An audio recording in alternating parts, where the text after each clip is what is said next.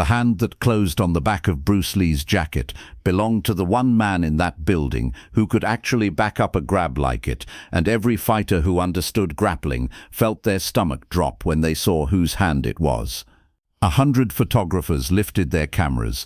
The whole convention floor seemed to inhale at once, braced for the most famous striker in the world to whirl and explode. And Bruce Lee did not whirl, and he did not explode. He turned his head slowly and looked back over his own shoulder at the man who had grabbed him with an expression that was not fear and was not anger. It was something much stranger and much rarer, and it was the beginning of the whole story. To understand why a grab that should have started a fight started a friendship instead, you have to understand the man doing the grabbing, and you have to understand a grievance that the entire martial arts world of that era had earned. His name was Gene, and he was by a wide and undisputed margin the toughest man in the room, any room. He was a grappler in an age that worshipped strikers. He had come up in judo when almost no American had heard the word, had won national championships back when winning them meant fighting anyone who showed up, and had gone on into the brutal world of professional wrestling and then into stunt work, where he was the man they called when a scene actually had to look like it might kill somebody. He was built like a barrel with arms, thick and low and impossibly strong, with hands that had spent 40 years learning to feel what another man's body was about to do a half second before it did it.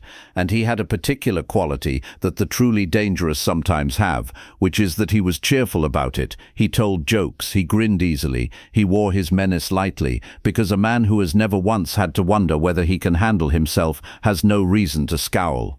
He did not need to prove anything to anybody. He had already proven it to everybody for years. And that was exactly the problem. Stay with this. Because a man who has nothing left to prove and still gets treated like nobody is carrying a very specific kind of ache. The event was a martial arts exposition, an enormous convention center affair, mats and booths and banners, black belts from a dozen styles, and press rows and rows of press, because the martial arts were having a moment in the culture, and the cameras had come to feed on it. But the cameras had come for a particular thing. They had come for the strikers. They wanted the spinning kicks and the flying demonstrations and the men who broke stacks of boards, because that photographed, that sold magazines, that looked like the movies. And all afternoon Gene had watched the photographers walk straight past him, past the single most genuinely dangerous human being on the floor, to crowd around men doing things that looked spectacular and would not survive 4 seconds against him in a real fight. He was not jealous of the strikers. He respected the good ones. What galled him was the lie the whole spectacle was telling, that fighting was what it looked like on a poster, all fists and feet and distance, when Gene knew, with the certainty of a man who had tested it 1,000 times, that most real fights ended up in exactly the place his art lived, close, tangled, on the ground, in the grip. He had been saying it for years to anyone who would listen, which was fewer people every year, that the striking arts were selling the public a beautiful half-truth. That all the speed and all the power in the world meant nothing, the instant a grappler got hold of you, because you cannot punch what is already chest to chest with you and bending your spine. And on that particular afternoon, watching the entire press corps of the martial arts world orbit around the most famous striker alive, the small man in the black jacket with the lightning hands, the one the magazines could not get enough of, Gene decided, without much malice, and with a great deal of accumulated frustration, that he was going to make the point in a way that could not be ignored.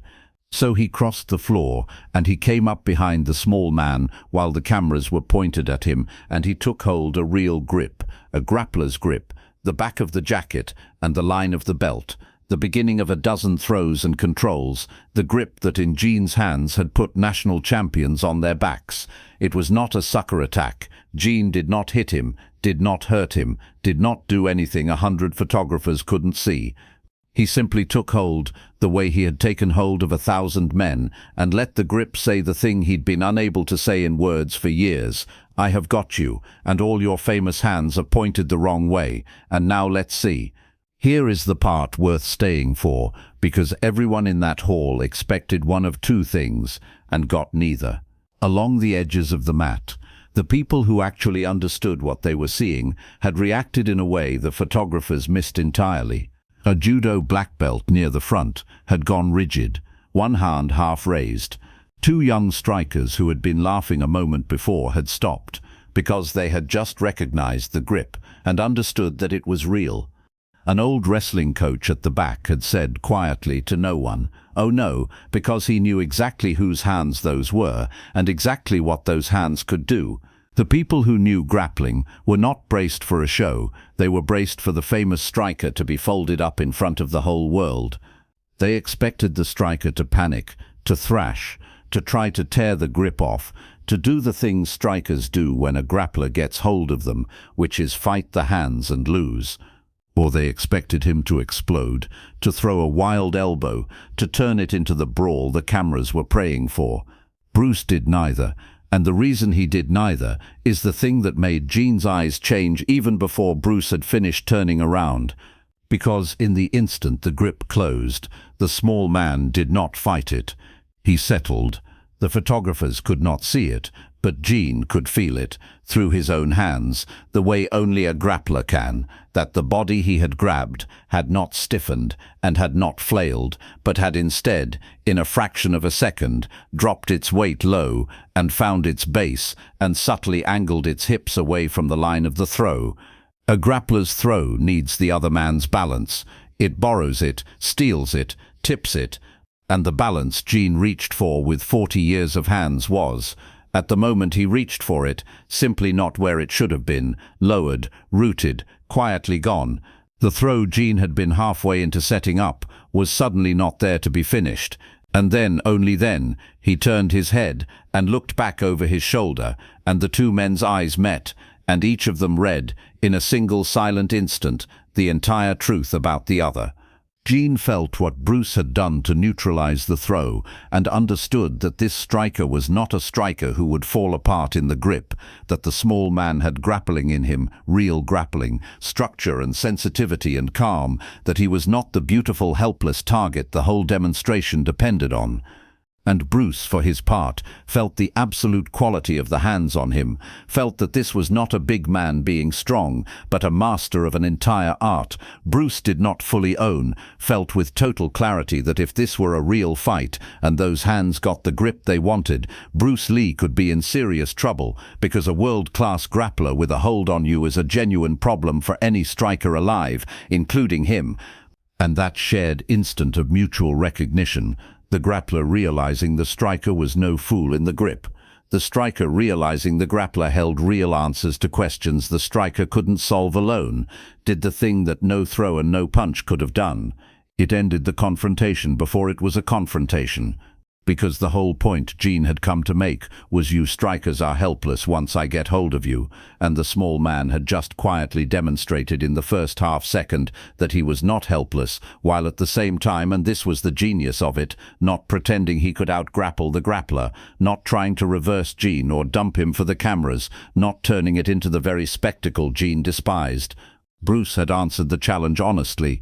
I am not helpless in your world, and you are a master of it, and both of those things are true. Gene started to grin.